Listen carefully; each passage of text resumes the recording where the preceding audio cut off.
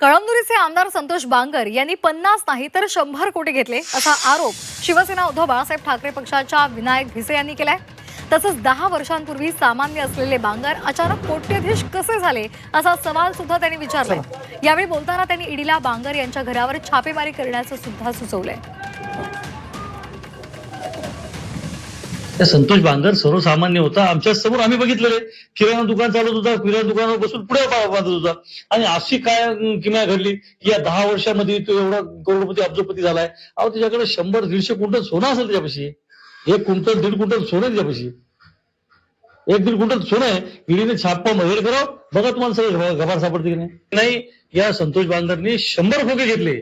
तानाजी मुटकुळेंनी आरोप 50 कोटी खोक्याचा केला, परंतु वास्तव परिस्थिती अशी आहे की यांनी 100 कोटी रुपये घेतले आणि तानाजी मुटकुळेंनी आरोप केला ते अगदी बरोबर आहे। कारण की सत्तेतला माणूस जर सांगत असेल, एक साधारण माणूस कोणी असा आलतू फालतू जाऊन सांगत नाही। आमदार लेवलचा माणूस आणि 3ऱ्या टर्मचा आमदार सांगतो की यांनी 50 कोटी ते पण सत्तेतला आणि महायुतीतला आमदार सांगतो, तर याच्यामध्ये 100% सत्यता आहेच।